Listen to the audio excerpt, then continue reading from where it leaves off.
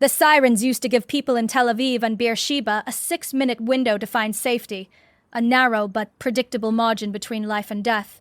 But lately, that window has been slamming shut.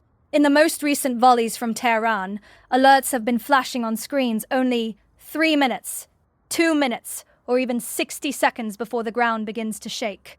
This sudden compression of time isn't just a technical glitch. It is the first visible sign of a major shift in the aerial shadow war currently consuming the Middle East.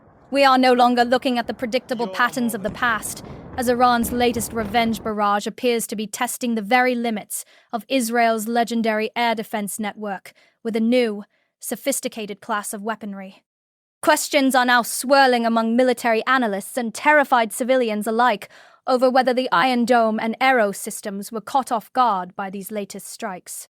Iran has officially kicked off what it calls the 24th wave of its True Promise 4 Inches operation, and for the first time, they are showcasing missile technology that many observers believe has never been seen in active combat before. The growing fear is that the technological gap Israel once relied upon is closing.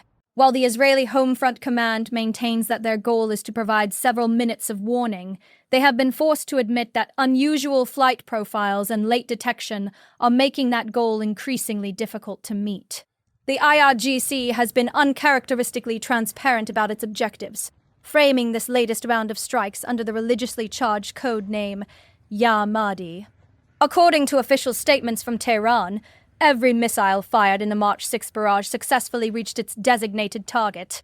From the Iranian perspective, this wasn't just a random act of aggression, but a calculated strike against the infrastructure of the Israeli war effort. In Beersheba, the IRGC claims its missiles were specifically hunting for technology hubs, cybersecurity facilities, and military command centers. These are the brains of the Israeli defense apparatus, and by targeting them, Iran is signaling that it no longer intends to just hit physical territory, but the very systems that allow Israel to project its power.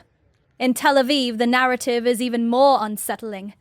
Reports from IRGC-affiliated media suggest that at least one Iranian missile struck the city and then sat dormant for several minutes before detonating. If true, this implies the use of specialized warheads equipped with delayed fuses, a tactic designed to maximize chaos and target first responders, or those emerging from shelters thinking the danger has passed. Israeli media has countered these claims, stating that at least one missile was intercepted in the latest salvo, and that there were no confirmed direct impacts in heavily populated areas. Despite the terrifying roar of explosions and the blaring sirens, there have been no confirmed injuries so far, yet the psychological toll of the shrinking warning times is undeniable. To understand why this is happening now, we have to look at the tit-for-tat cycle that triggered this specific escalation. The IRGC claims its latest launches were an immediate response to Israeli strikes on targets in and around Tehran's Mehabad International Airport. Footage from the Iranian capital showed large fires lighting up the night sky at the airport, which the Israeli military described as an extensive wave of attacks against regime targets deep inside Iran. It is a cycle of vengeance that seems to have no off-ramp.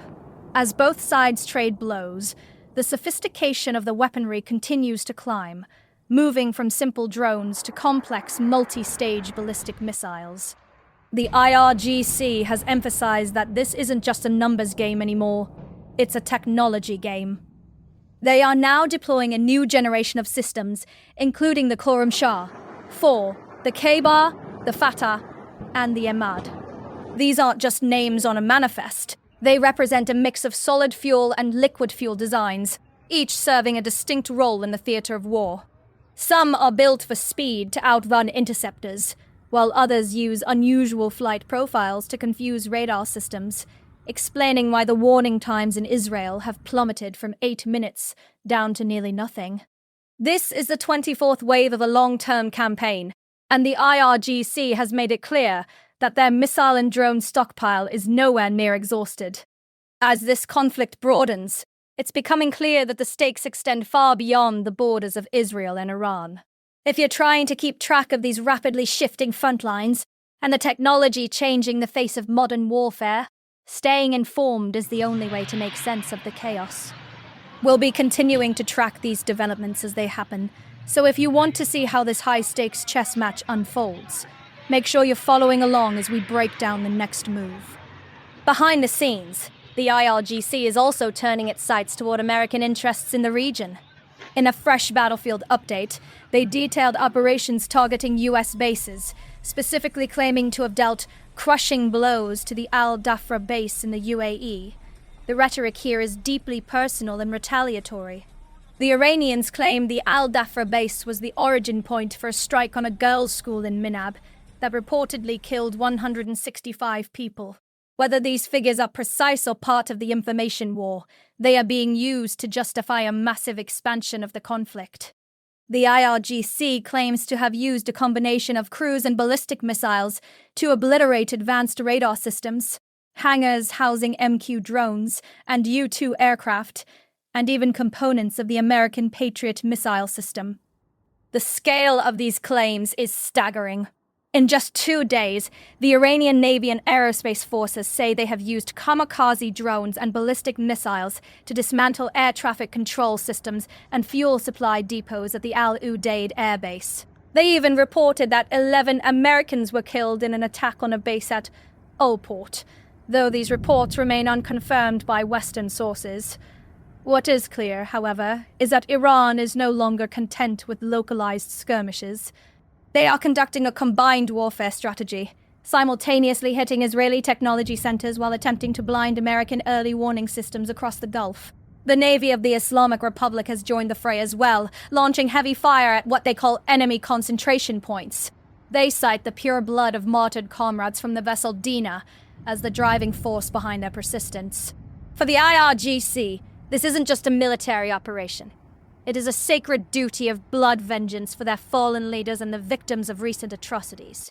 The language they use, referring to the sons of the Iranian nation and the surge of self-sacrificing soldiers, suggests a mobilization that is psychological as much as it is physical.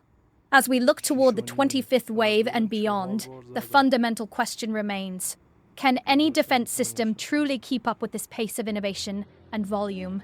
The shift from a 4 to 8 minute warning window to a 1 to 2 minute window suggests that the era of total aerial security may be coming to an end. We are witnessing a transition into a new, more dangerous phase of the conflict, where the speed of the missile is starting to outrun the speed of the warning. The True Promise campaign, now nearly 24 waves deep, shows no signs of slowing down. And with both sides now striking deep within each other's red lines, the margin for error has all but vanished. The remembrance of the martyrs, as the IRGC puts it, is the fuel for this fire, and that fire is now burning across the entire region.